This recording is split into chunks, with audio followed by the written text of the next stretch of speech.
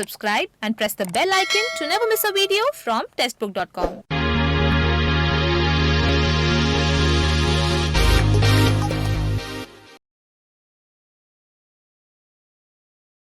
Hello everyone, नमस्कार। स्वागत है आप सबका टेक्स्टबुक.com के प्लेटफॉर्म पर। मेरा नाम आरजू कक्कड़ है और इस सेशन में हम जिस टॉपिक पे डिस्कशन करने जा रहे हैं वो काफ़ी इंपॉर्टेंट टॉपिक है, इलेक्टोरल बॉन्ड्स। इलेक्टोरल बॉन्ड्स अभी हाल फिलहाल न्यूज़ में रहे हैं, तो इनके रिगार्डिंग सारी जानकारी लेना, इन्फॉर्मेशन की इलेक्टोरल बॉन्ड्स क्या हैं, इनके पीछे का प्रोसेस क्या रहता है, कैसे ये बॉन्ड्स दिए जाते हैं, क्या इसके पीछे का पूरा प्रोसेस है, उसको अच्छे से जानकारी इसकी लेंगे, क्योंकि प्रीलिम्स में इससे काफ़ी स्टेटमेंट बेस्ड क्वेश्चन बन सकते हैं। इसकी पूरी इन्फॉर्मेशन आपके पास होनी चाहिए और साथ ही साथ मेंस में जीएस पेपर 2 के अंदर के लिए आपके लिए बहुत ही रेलिवेंट और इंपॉर्टेंट टॉपिक रह जाता है।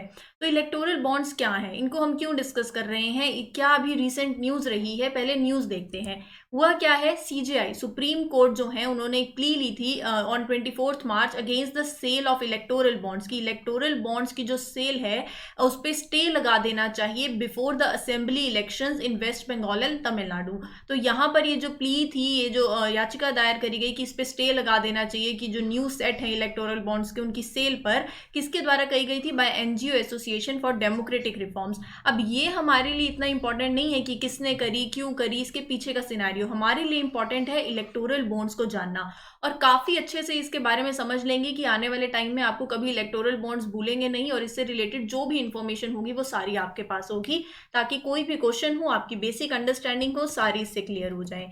इससे पहले मैं आपको बता देती हूँ कि टेक्स्ट बुक आपके लिए एक पास लेकर आया है। इस पास में आपको 170 प्लस कोर्सेज, साथ ही साथ 14,000 प्लस मॉक टेस्ट देने को मिलेंगे। 299 रुपीज का ये पास रहेगा। आप टेक्स्ट बुक की साइट पर जा सकते हैं, लिंक आपको नीचे डिस्क्रिप्शन बॉक्स में मिल जाएगा और वहां जाकर आप इस पास को अवेल कर सकते हैं। क्योंकि मैं अब बात कर रही थी इलेक्टोरल बॉन्ड्स की, ये इलेक्टोरल बॉन्ड्स कैसे इशू होते हैं, इनके पीछे का पूरा प्रोसेस क्या है। सपोज कोई पर्सन है, एक्स पर्सन का नाम लगा लो राम। अब राम जो है वो एक पार्टी को डोनेट करना चाहता है, कुछ पैसे, कुछ फंडिंग को देना चाहता है। तो कैसे ये पूरा प्रोसेस होगा, कैसे इलेक्टोरल बॉन्ड्स जो हैं दे कम इनटू पिक्चर, इससे समझ लो पूरी इन्फॉर्मेशन आपके पास हो जाएगी, सब कुछ क्लियर हो जाएगा एक ही बारी में। राम जाएगा एसबीआई बैंक में और सिर्फ एसबीआई बैंक, ये ध्यान रख लेना कौन सा बैंक एसोसिएटेड है, ओनली एसबीआई। एसबीआई बैंक में जाएगा, एसबीआई बैंक को ऑब्वियसली बोलेगा कि उन्होंने सपोज पार्टी, कोई भी एक्स पार्टी है उसको डोनेट करना है, कोई फंडिंग देनी है, तो एसबीआई कितने की फंडिंग देनी है उस राम ने बता दिया। तो एसबीआई जो है उसको एक पेपर, एक बॉन्ड जो है वो ऐसा करके इशू करके दे देगी। इस पेपर, ये पेपर जो है वो देगी। आप इसे चेक के थ्रू, कैश के थ्रू बेसिकली फंडिंग नहीं कर सकते किसी भी पॉलिटिकल पार्टी को। ये जो छोटे छोटे पॉइंट्स मैं आपको बता रही हूँ ना, ये इंपॉर्टेंट है। सबसे पहला पॉइंट क्या था, एसबीआई में जाना है, सिर्फ एसबीआई। दूसरी बात क्या है, एक बॉन्ड जो है, एक पेपर जो है वो दे दिया राम को एसबीआई ने। कैश के थ्रू कोई भी फंडिंग नहीं होगी। अब क्या होगा, अब राम ने सपोज किसी एक्स पार्टी को डोनेट करने हैं ये पैसे, तो राम उस एक्स पार्टी के पास जाएगा, उसको ये पेपर दे देगा और वो जो एक्स पार्टी है यही पेपर लेके वापस एसबीआई के पास जाएगी और एसबीआई उसको इस पेपर के थ्रू जितना भी जो कैश है, जो भी बेसिकली अमाउंट है वो उसके अंदर, अकाउंट के अंदर वो इनकैश हो जाएगा। ठीक है, अब यहाँ पर ये जो पूरा प्रोसेस है ना, ये विद इन 15 डेज हो जाना चाहिए। 15 दिन के बाद ये जो अमाउंट है, ये कैश वापस से जो इनकैश होना है उनके अमाउंट में, पॉलिटिकल पार्टी का जो भी रजिस्टर्ड अकाउंट होगा उसके अंदर नहीं जाएगा। फिर ये प्रधानमंत्री जो रिलीफ फंड है उसके अंदर बेसिकली ये क्या चला जाएगा, ये अमाउंट जो भी होगा ये चला जाएगा। ये आई थिंक पूरा प्रोसेस आपको समझ आ गया होगा। यही इलेक्टोरल बॉन्ड है, बस ये जो बॉन्ड है this is electoral bond. Ram SBI के पास जाएगा, राम को कुछ पैसे देने हैं, पॉलिटिकल पार्टी को फंडिंग करनी है, तो यहाँ पर सिर्फ एसबीआई, ये ध्यान रख लेना, कभी कभार हम ओनली टर्म से कंफ्यूज हो जाते हैं। एसबीआई के पास जाने के बाद राम ये पेपर जो है जिस पॉलिटिकल पार्टी को देना चाहता है वो दे देगा। पॉलिटिकल पार्टी एसबीआई बैंक से वापस जाकर इसको कैश करवा लेगी। कैश में ये प्रोसेस नहीं चलता, चेक्स के थ्रू चलता है, कैश नहीं होता। साथ ही साथ एसबीआई होगा और इसमें कोई भी ऑनर का नाम नहीं होगा। बहुत इंपॉर्टेंट बात यही है कि यहाँ पर इस पेपर पे किसी भी ऑनर की इंफॉर्मेशन जो है वो नहीं होगी, वो बस एक नंबर होगा, वो एसबीआई जो है उसके थ्रू जो है वो सारा काम हो जाएगा। लेकिन यहाँ पर सपोज राम का नाम, राम की इंफॉर्मेशन नहीं होगी और ऑनर इस टाइम पे जिसके हाथ में ये पेपर है वो ऑनर होगा। पहले राम के पास था तो राम ऑनर है, लेकिन अब पॉलिटिकल पार्टी के सपोज एक्स पर्सन के पास है तो वो ओनर है। तो बात यहाँ पर इतनी है, ओनर की कोई इंफॉर्मेशन नहीं होगी और इस तरीके से पार्टीज को फंडिंग जो है वो दी जाती है। अब इसको अच्छे से और समझ लो, पूरा प्रोसेस मैंने आपको सिंपल तरीके से समझा दिया है। ये इंट्रोड्यूस हुआ था फाइनेंस बिल 2017 के अंदर, इलेक्टोरल बॉन्ड्स को इंट्रोड्यूस किया गया था। बहुत इंपॉर्टेंट बात है। साथ ही साथ इलेक्टोरल बॉन्ड्स, अब यहाँ से अब आपको क्या समझना है, किसी भी पॉलिटिकल पार्टी को, सपोज राम ने किसी भी पॉलिटिकल पार्टी को देना था, जो भी एलिजिबल पॉलिटिकल पार्टी उनकी चॉइस की होगी उनको दे देंगे। अब यहाँ पर कुछ कुछ जो मैं बता रही हूँ ना इन्फॉर्मेशन, यहाँ क्या क्या इसके साथ आपको ऐड करना है, तो देखो ये बिल में पहले क्या था और ये बिल में अब क्या है। इस बिल के अंदर पहले ये था कि 20,000 तक जो पैसा है वो कैश में जा सकता है, ठीक है। और जो भी बेसिकली रिपोर्ट सोर्स की, मतलब कौन ये पैसा 20,000, सपोज अगर 20,000 तक का अमाउंट देना है राम ने पार्टी को, तो वो दे सकता था। इस बिल के अंदर बिफोर, मतलब ये जो एक्ट आया 2017 का फाइनेंस एक्ट, 20,000 रुपीज तक का जो भी अमाउंट है वो जा सकता था। अब उसके बाद लेकिन अब क्या हो गया है, 20,000 का अमाउंट कैश में चला जाएगा और जो भी इस पर्सन की इंफॉर्मेशन है, मतलब किसने दिया है, वो रिपोर्ट आप सोर्स कर सकते हो। लेकिन अब ये जो 20,000 का अमाउंट है इसको करके कर दिया है 2,000, मतलब सिर्फ 2,000 तक ही कैश में आप डोनेट कर सकते हो, बाकी सब कुछ चेक के थ्रू जाएगा।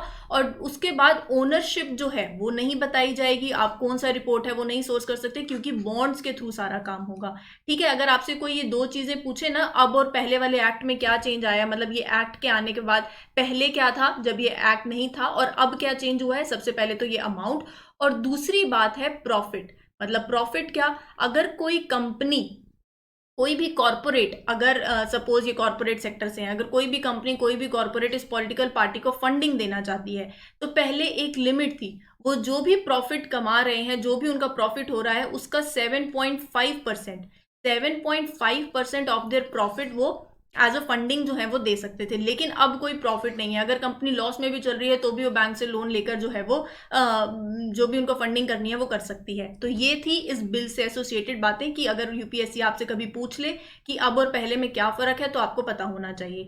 दूसरी बात, पॉलिटिकल पार्टी जो है, कौन सी पॉलिटिकल पार्टी को दे सकते हैं, तो ये दो चीजें आपको ध्यान रखनी है। पहली तो जो पॉलिटिकल पार्टी जिसको भी बॉन्ड्स देना चाहते हो, वो पार्टी रजिस्टर्ड होनी चाहिए under the section 29A of RPA 1951। इस एक्ट के अंदर, रिप्रेजेंटेशन ऑफ पीपल्स एक्ट, उसके अंदर 1951 के अंदर ये रजिस्टर्ड होनी चाहिए, पहली बात। दूसरी इंपॉर्टेंट बात, उस पार्टी ने रिसेंट जो भी जनरल इलेक्शंस या असेंबली इलेक्शंस हुए हो, वहां पर एटलीस्ट 1% वोट जो भी पोल्ड हुए हैं वो सिक्योर करे होने चाहिए। दूसरी इंपॉर्टेंट बात, तो कौन सी पॉलिटिकल पार्टी को दे सकते हैं ये भी बता दिया। तीसरी बात, कौन दे सकता है, किसको दे सकते हैं बता दिया, जो भी पार्टी को देना है। कौन दे सकता है, मतलब कौन इलेक्टोरल बॉन्ड जो है वो दे सकता है, जो भी इंडियन सिटीजन्स हैं और या फिर वो इंडिया में रजिस्टर्ड हैं, ठीक है, तो वो इसको दे सकते हैं। अब यहाँ पर अगर मैं आपको बताऊं, अगर मैं बोलूं कोई इंडियन सिटीजन है, तो वो दे सकते हैं क्या ऐसे इलेक्टोरल बॉन्ड्स में? बिल्कुल दे सकते हैं इलेक्टोरल बॉन्ड्स, अगर ये इंडियन के सिटीजन हैं। बिल्कुल, क्या ये एनआरआई है, एनआरआई भी उनके पास सिटीजनशिप होती है इंडिया की, तो एनआरआई भी दे सकते हैं।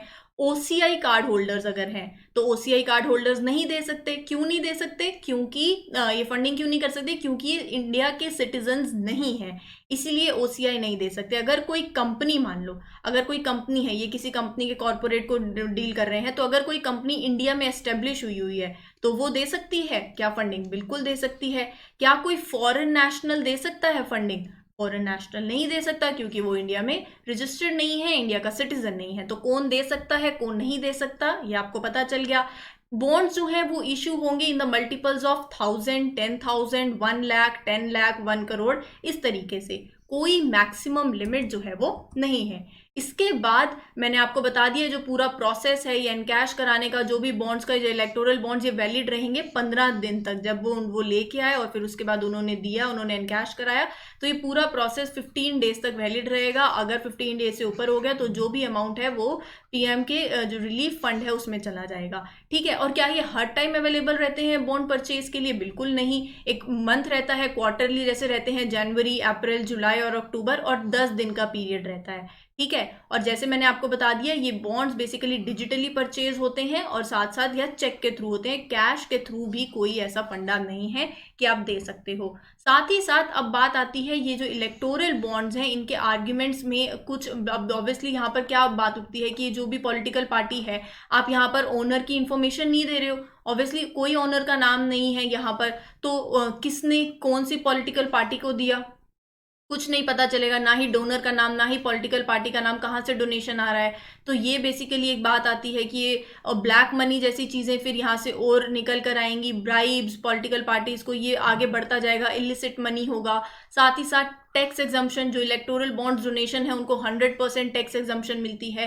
तो ये कुछ आर्ग्यूमेंट्स हैं इलेक्टोरल बॉन्ड्स के अगेंस्ट में। यहाँ पर इलेक्टोरल बॉन्ड से एसोसिएटेड सारी इंफॉर्मेशन अगर मैं आपको इन शॉर्ट वापस से बताऊं तो ये पूरा प्रोसेस मैंने बता दिया थ्रू SBI, कैसे कैसे जाएगा, पॉलिटिकल पार्टी को रजिस्टर्ड होगा, एंड कैश कौन सी लिमिट है 20,000 तक से पहले, जो बिल से पहले ऐसा नहीं था, लेकिन अब क्या है 2,000 तक कैश में दे सकते हैं, उसके बाद कोई कैश नहीं चलेगा, चेक और डिजिटली चलेगा। 15 दिन का पूरा प्रोसेस रहता है। इस बिल से पहले और इस बिल के बाद के क्या डिफरेंसेस हैं वो भी मैंने आपको बता दिए। कौन सी पार्टी किस पार्टी को आप दे सकते हो, कौन सी पार्टी को दे सकते हो, ये भी मैंने बता दिया। 2 फैक्टर्स बता दिए, कौन दे सकता है, अगर ये इंडियन सिटीजन है, NRI है, OCI है, तो ये सब भी मैंने आपको बता दिया। साथ साथ किस मल्टीपल्स में देने हैं, पूरा प्रोसेस अच्छे से अब आपको क्लियर हो गया। यहाँ से कोई भी क्वेश्चन आए तो आप क्लियर कर सकते हो।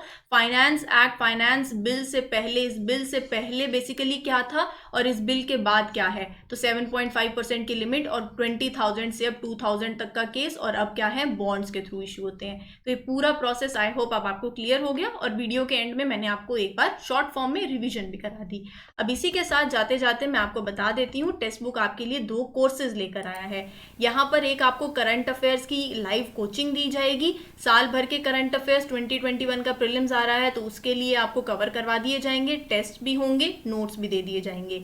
साथ ही साथ एनसीईआरटी मस्ट रहती है, इन एनसीईआरटीज की लाइव कोचिंग होगी। यहाँ पर आपको क्लासेस, टेस्ट, प्रैक्टिस क्वेश्चंस और PDF सब अवेलेबल करवा दिया जाएगा, एनसीईआरटी अच्छे से कवर होंगी। अगर आप इन कोर्सेज में एनरोल करना चाहते हो, आपको लिंक नीचे डिस्क्रिप्शन बॉक्स में मिल जाएगा, वहां जाकर आप इसको एनरोल कर सकते हो। आप मेरा कोड यूज कर सकते हो, दैट इज ARZU, AARZOO, आपको 20% ऑफ जो है वो मिल जाएगा। इसी के साथ मैं इस सेशन को यहीं समाप्त करती हूँ। मैं आशा करती हूँ आपको ये इन्फॉर्मेशन, ये पूरा जो हमने पूरा पढ़ा है इलेक्टोरल बॉन्ड्स के बारे में, ये अच्छे से क्लियर हो गया होगा। कोई डाउट है तो आप मुझसे पूछ सकते हो। प्रीवियस ईयर पेपर की हम एनालिसिस करते हैं, रोज शाम को 4 बजे लाइव सेशन होता है। आप अपने जो भी डाउट्स, या आपको कुछ डाउट रहते हैं, कहीं आपको कोई और वीडियो चाहिए, तो आपके जो भी डाउट्स हैं आप मेरे से ले सकते हो। आप जैसा भी चाहोगे, जो भी फीडबैक दोगे, आपके फीडबैक काफ़ी वैल्यूएबल रहेंगे। इसी के साथ I wish you all a very best of luck. खुश रहो, स्वस्थ रहो। वीडियो अच्छी लगी है तो इसको लाइक, शेयर और चैनल को सब्सक्राइब जरूर कर देना। Till then, thank you everyone, thank you from my side. Revision जरूर करते रहना। Thank you.